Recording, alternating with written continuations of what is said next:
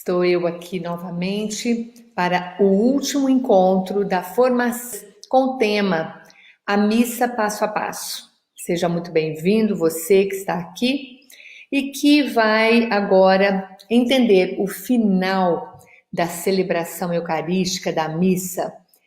O que nós vimos até agora? Nós vimos o que é a missa, explicação da procissão de entrada, e aí nisso eu estou falando sobre a missa, o que é, como e por que participar, tá bom? Então eu falo o que é a missa, eu falo sobre a procissão de entrada, tudo começa, né? O que é o altar, que está lá na frente, o beijo no altar que o sacerdote dá quando ele sobe, quando ele vai para o altar, ele beija o altar, o que significa esse beijo. Depois, no outro material, nós falamos sobre no mesmo dia, os gestos, posições do corpo durante a missa. Então, o que significa a posição, todos os nossos movimentos, né? Por que ficar sentado, por que ficar de pé, de joelhos, o que é a genuflexão, o que é uma inclinação ou vênia, o que são as mãos levantadas, mãos juntas, o silêncio, tudo isso foi falado no primeiro encontro. Foi falado também as partes da missa, os ritos iniciais. Então, nós temos ritos iniciais, que é a introdução da missa, a liturgia da palavra, a liturgia eucarística e os ritos finais. A missa ela tem 4 partes. Então, vocês, para quem já assistiu, vai entender bem, né? Então, nós já falamos dos ritos iniciais, eu vou falar agora o que compõe os ritos iniciais e os ritos finais. São 2 ritos. No meio, nós temos o recheio, que é a maior riqueza, é o ápice, que culmina com a Eucaristia, que é a liturgia da palavra e a liturgia eucarística, que é Jesus presente na palavra e na Eucaristia. Então, nos ritos iniciais, os ritos iniciais começam com o canto de entrada, com a acolhida.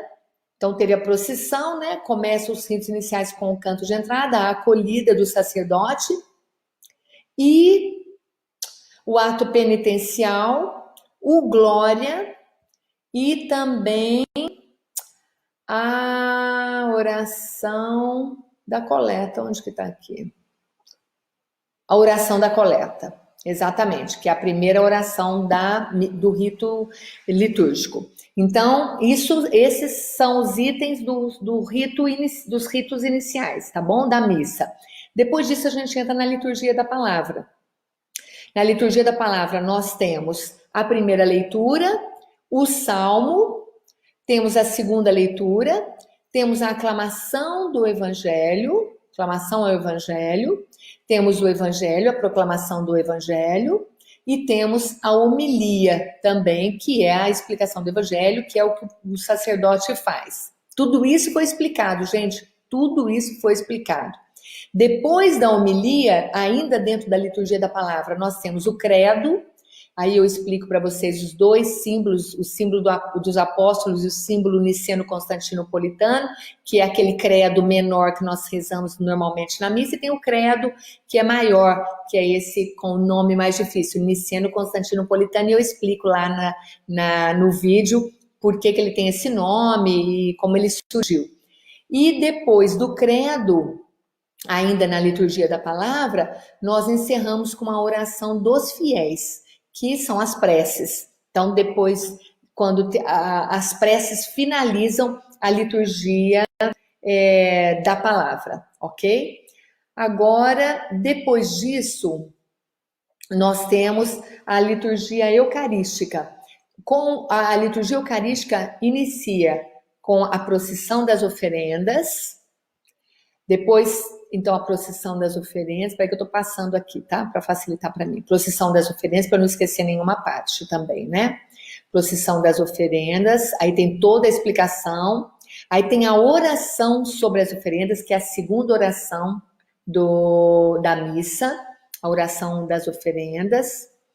Lembrando que sempre essas orações, elas finalizam por nosso Senhor Jesus Cristo. Então, sempre elas finalizam com esta oração.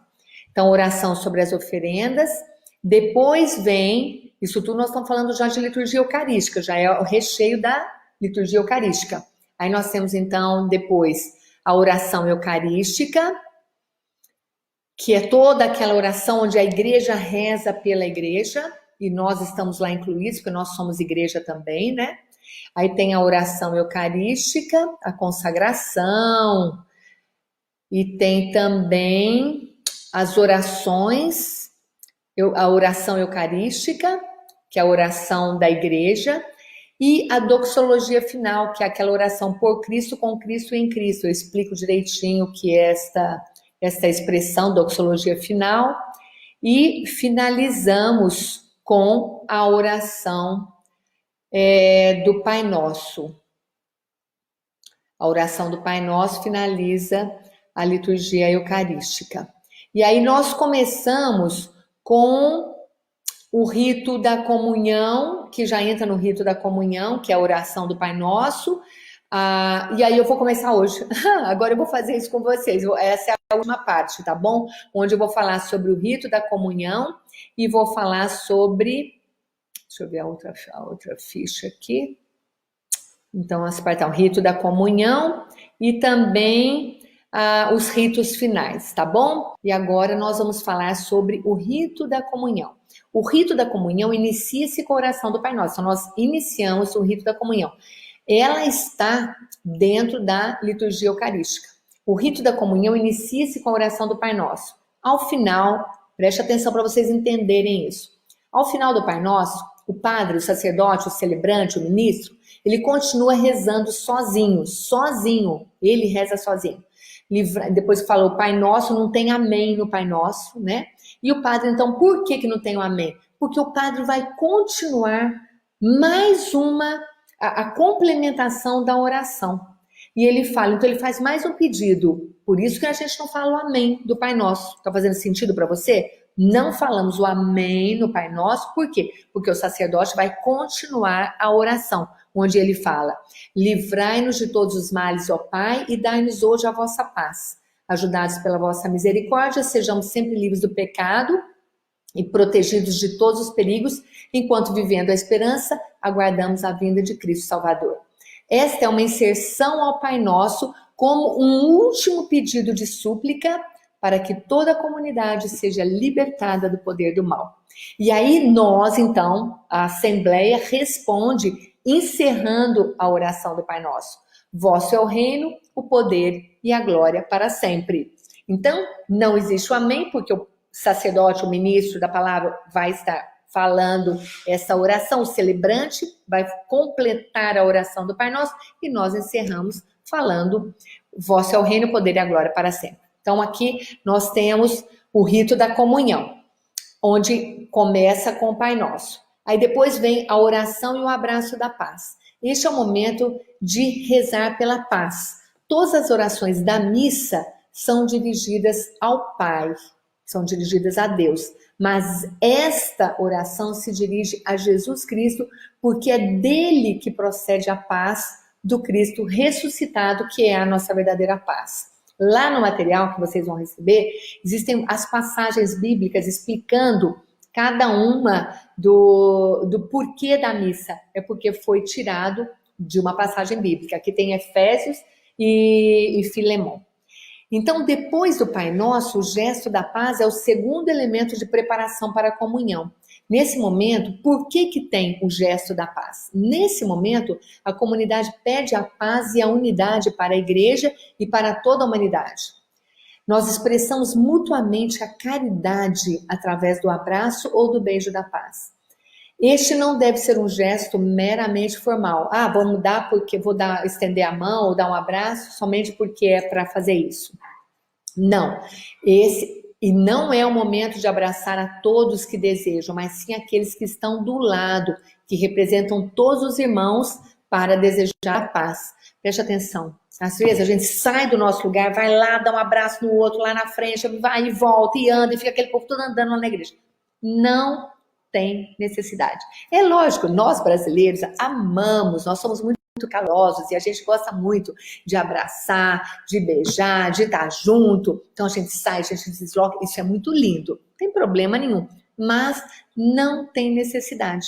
Porque isso lembra que eu falei lá nas primeiras aulas lá da formação, onde eu falo que a missa é toda uma simbologia, são signos, são símbolos, e a gente interpreta esses símbolos e traz para o todo. O que significa isso? Então, esse abraço da paz, né? Então, o que está dizendo aqui? Quem está do lado, às vezes, não conhecemos, mas ele está precisando do nosso abraço com carinho, esperando um sorriso amigo, uma acolhida. Às vezes você vai, não dá um abraço em quem está do seu lado e sai e vai dar um abraço na pessoa que está lá na frente, sai do seu lugar para abraçar o outro, sendo que tem um aqui do lado que está precisando desse seu sorriso, desse seu abraço.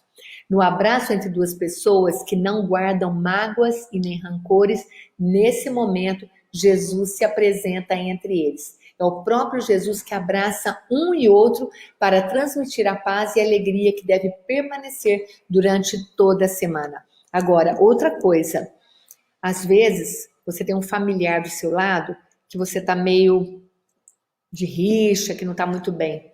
Nesse momento, e a gente já falou que quando você sai da missa, você já sai trabalhando com você aquilo que você precisa melhorar, precisa ser melhor. Aí no ato penitencial, tem ali o pedido de desculpa, de perdão a Deus. E agora, nesse abraço da paz, você se entrega, você faz as pazes. Se o clima não está muito bom, você já pediu perdão, você já se arrependeu, você quer viver um tempo melhor, é o momento. Não simplesmente um abraço ali só pro forma, mas faça desse abraço realmente um abraço da paz. E lembre, como eu acabei de falar, Jesus está neste abraço, abraçando você e abraçando o outro, porque Jesus se faz presente em cada um de nós. Lembra que eu falei lá também na liturgia como Jesus está presente na liturgia? E uma das formas é na assembleia. Então, se é na assembleia, a pessoa que está do seu lado é o próprio Jesus. E você vai negar um abraço para Jesus para ir abraçar o outro que está lá na frente? Entendeu o sentido? Não tem problema você ir lá abraçar o outro. É isso que eu quero que você entenda. Não fique assustado com isso. Mas perceba Jesus que está ao seu redor, à sua frente, ao seu lado, do outro lado, atrás de você. Cumprimente essas pessoas e deseje a paz. É a paz que provém do próprio Cristo, que está ali presente com eles e com vocês, tá bom? Ok, então nós terminamos o abraço da paz. Aí tem a fração do pão e o Cordeiro de Deus. O que acontece? Nesse momento, o sacerdote, antes da comunhão, ele toma nas mãos o pão que já foi consagrado, toma a hóstia consagrada, ele pega, ele parte em pequenos pedaços. O significado dessa divisão do pão é a unidade de toda a assembleia que forma o único corpo de Cristo. Então, quando ele quebra aquelas partículas da hóstia, ele está dizendo que cada parte daquela somos nós, é toda a comunidade, é a assembleia, e todos nós unidos formamos o corpo de Cristo. Tudo isso é simbologia, tudo isso é simbólico, e a gente precisa conhecer e entender. Olha que bonito, não é à toa que ele corta, que ele quebra, na verdade, a hóstia e divide em pedaços. Cada pedaço é parte do único pão da vida. Os discípulos de Emaús reconheceram Jesus pela fração do pão, porque foi um gesto que Jesus fez, que é partilhar o pão. Então, a fração do pão, a parte do pão, os discípulos de Emaús reconheceram Jesus ali. Isso está em Lucas, capítulo 24. O gesto de partir o pão possui um simbolismo muito grande. Este pão partido lembra a última ceia de Jesus com os discípulos quando ele parte o pão. É compromisso de comunhão, de partir e repartir o pão, os dons e tudo o que temos e somos. Por isso, esse símbolo é tão importante, por isso que é tão importante cada um dos gestos, cada uma das atitudes, cada movimento, tudo o que existe ali dentro do rito litúrgico, da liturgia, da ceia do Senhor, tudo ali dentro tem uma explicação, tem um porquê. E por isso é importante nós participarmos, nós sabendo e conhecendo tudo isso, porque nós vamos dar um valor real para esse tesouro que é a missa, certo? Após a fração do pão, o sacerdote coloca um pedacinho pequenininho do pão consagrado no cálice com vinho. Agora vamos entender isso. Por que ele faz isso? Por que o sacerdote faz isso? Então ele acabou de cortar, ele pega um pedacinho e coloca dentro do cálice. O que isso? Isso expressa a unidade do pão e do vinho. Então, quando ele coloca um pedacinho da hóstia consagrada dentro do vinho, ambos se tornam um, único. Embora separados, significam a memória e a paixão do Senhor. A mistura é o símbolo do ressuscitado e faz com que cada cristão que recebe o corpo e o sangue na Eucaristia torne-se participante da vida de Cristo na glória. O grupo de canto, neste momento, lembrando de João Batista quando fala para os seus discípulos: eis o Cordeiro de Deus que tira o pecado do mundo. Então o grupo canta ou reza em alta voz o Cordeiro de Deus. Cordeiro de Deus que tirais o pecado do mundo, tende piedade de nós. Cordeiro de Deus que tirais o pecado do mundo, tende piedade de nós. Cordeiro de Deus que tirais o pecado do mundo, dai-nos a paz.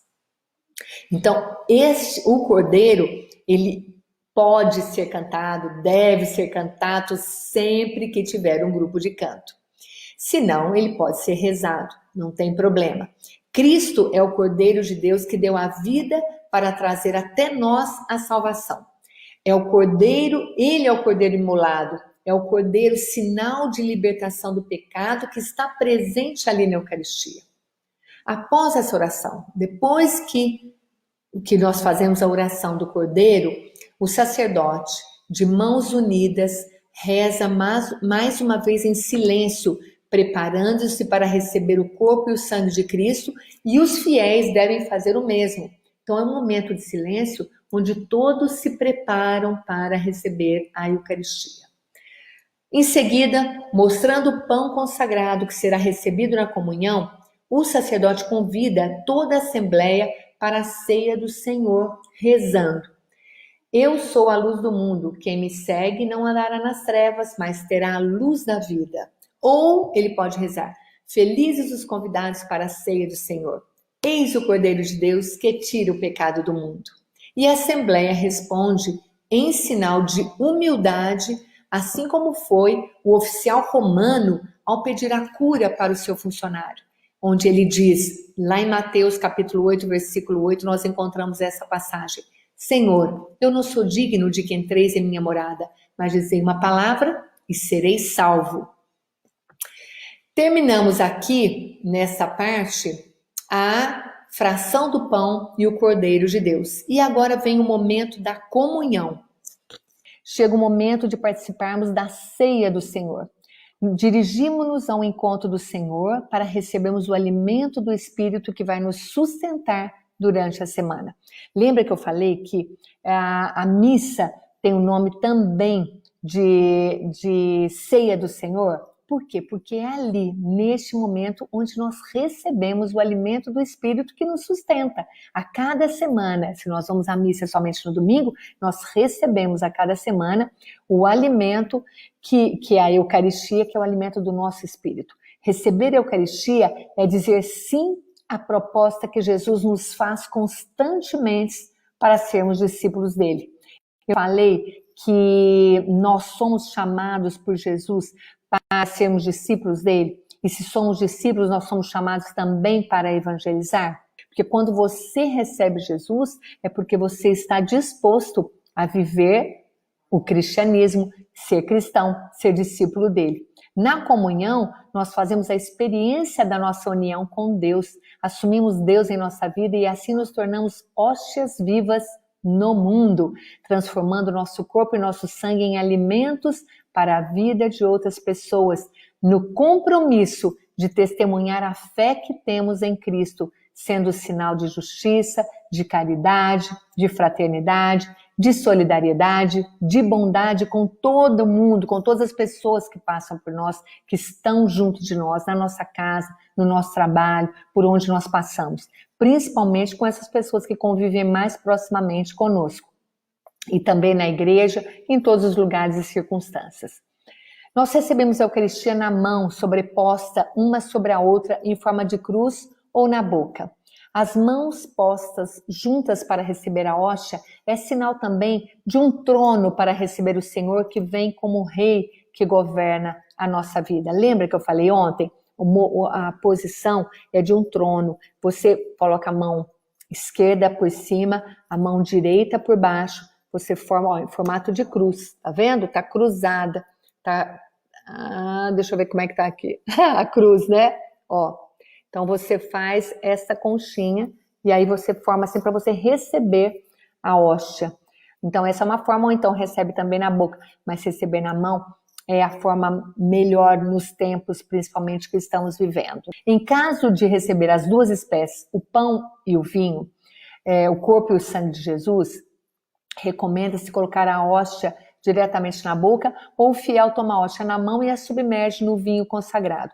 Então, como eu disse, a gente está recebendo na mão, é melhor. Você pega a hóstia e molha, submerge ela no sangue, no vinho, para você poder receber. Tomando sempre cuidado de manter a sua mão. Por que a sua mão está ali? Para ela não deixar pingar, não deixar cair nenhuma partícula da hóstia. Então, você fica ali, acabou de comungar, não vai largar a mão e fazer assim com a mão. Pode ser que tenha alguma partícula, que aí você pega a partícula e coloca na boca também, tá bom? É preciso muita delicadeza e cuidado neste momento para que nenhuma partícula ou gota caia no chão. Portanto, nossas mãos devem sempre estar amparando nossos gestos. Se eu pego, se eu trago na minha boca, a mão vem junto e aí está me protegendo para não cair nada.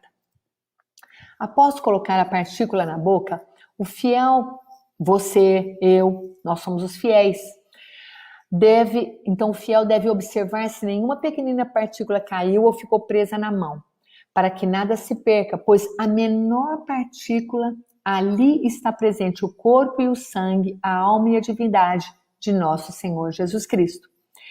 Na menor partícula contém o todo. A menor partícula contém o todo.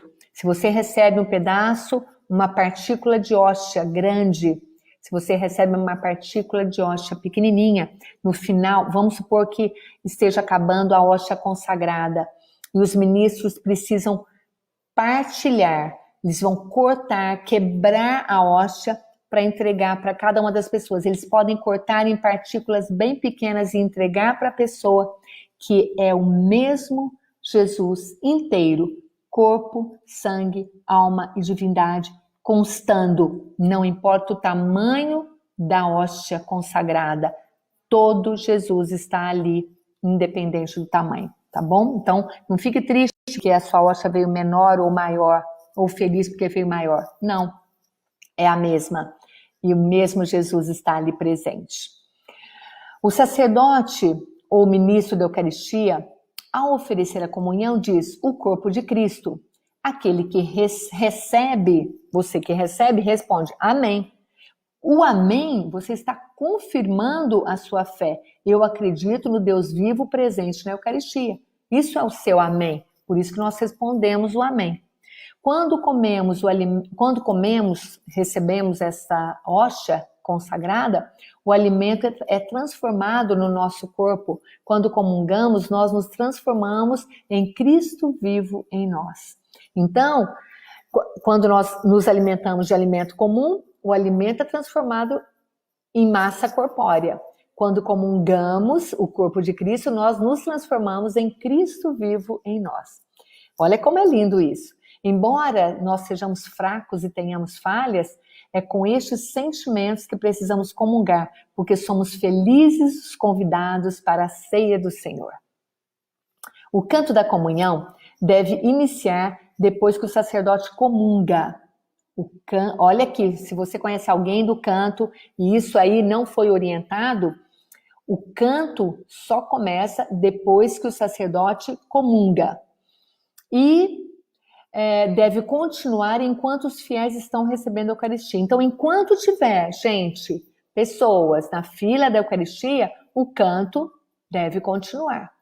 Após a comunhão, deve-se fazer um momento de silêncio que provoca o encontro com Cristo presente na Eucaristia. Que é um momento de silêncio, que o sacerdote faz silêncio, nós fazemos silêncio, para ter esse encontro com Jesus. O rito da comunhão termina após a purificação dos vasos sagrados. O que são os vasos sagrados? Cálice, a patena, as âmbulas. E ele finaliza com a oração pós-comunhão, que faz a ponte entre o que foi celebrado e a vida que vai ser vivida a partir de agora, quando nós finalizarmos a missa. Então, nós terminamos aqui o rito da comunhão. E agora, nos ritos finais, o que nós temos nos ritos finais da missa? Os avisos. Gente, é importante estar atento aos avisos. Os avisos são importantes, fazem parte da missa. Então, é o momento de dar os avisos da comunidade. Por quê? É uma forma de nós sabermos o que está acontecendo na comunidade. Se a igreja não avisa, como é que nós vamos saber? Então, eles têm que avisar. Ali estão reunidos os irmãos em Cristo, e são esses irmãos que formam a comunidade. Então, é ali que precisa dar os avisos. Valorize esses avisos, tá bom? Então, é importante que eles sejam passados para que todos ouçam antes da bênção final. Lembrando que ser cristão é viver e participar ativamente das atividades da igreja também. Esses avisos, óbvio, devem ser breves, e isso deve ser passado de preferência pelos responsáveis pelo evento ou notícia, respeitando sempre as regras básicas da comunicação. Vai ter então um encontro, vai ter estudo bíblico essa semana na paróquia, na comunidade. Então, se o representante do estudo bíblico puder ir ali na frente dar um recado, este é o ideal que aconteça, mas não é obrigatório, tá bom? Então, este é o momento também para se prestar alguma homenagem em dias especiais. É bom saber que os avisos, muitas vezes, são chamados que remetem a comunidade para uma missão que seja transformadora na sociedade e também no mundo, como mensageira solidária da paz, da justiça, do amor e da fraternidade. Sabe, gente? Vou dar testemunho aqui para vocês. Uma das missas que eu fui há um tempo, lá mais de 20 anos, eu não era catequista ainda. E foi exatamente em uma missa que fizeram um recado, fizeram um anúncio que estavam precisando de catequistas. E como eu disse, eu comecei do zero, eu não sabia nada. Eles chamaram a comunidade, informando ali no aviso depois da missa que estavam precisando de catequista. E eu senti esse chamado no meu coração. Olha que bonito, foi um aviso na igreja que despertou em mim o desejo de ser catequista.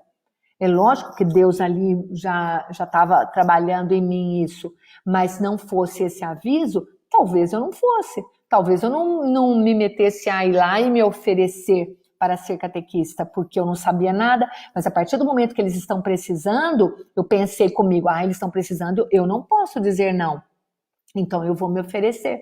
Aí sim, eu vou dizer sim ao chamado, porque Deus fala conosco através da igreja, do sacerdote, do meu marido, da minha esposa, dos meus filhos, dos meus pais, das pessoas que estão junto de mim. Deus fala conosco através dessas pessoas. E os avisos também são muito importantes na missa também, para toda a comunidade, tá bom? E, ok, é bom saber que são chamados, tudo bem. E depois do aviso tem a bênção final. Antes da despedida acontece a bênção final como um envio à missão. Lembra que nós todos entramos na procissão de entrada para iniciar a missa, a procissão começa já na porta da nossa casa e que agora o sacerdote vai nos enviar, ou o ministro da palavra, ele vai nos enviar em missão. Termina a missa e inicia a missão. Eu fiz também uma relação de missa e missão. O sacerdote ou ministro estende as mãos sobre a assembleia reunida e invoca a bênção de Deus para que todos voltem às suas casas, onde a missa deve continuar por meio do testemunho de cada um. Porque cada um, você que foi à missa, você leva a força e a proteção de Deus para evangelizar a todos aqueles que você encontrar pelo seu caminho durante a semana, além de proteger e amparar os que sofrem e anunciar o reino de Deus. Tudo isso é o objetivo da bênção final e o envio para a missão. Após a bênção, prestem atenção, porque muita gente não sabe desse final da missa. Após a bênção, o presidente da celebração beija o altar, primeiro e último ato da celebração eucarística.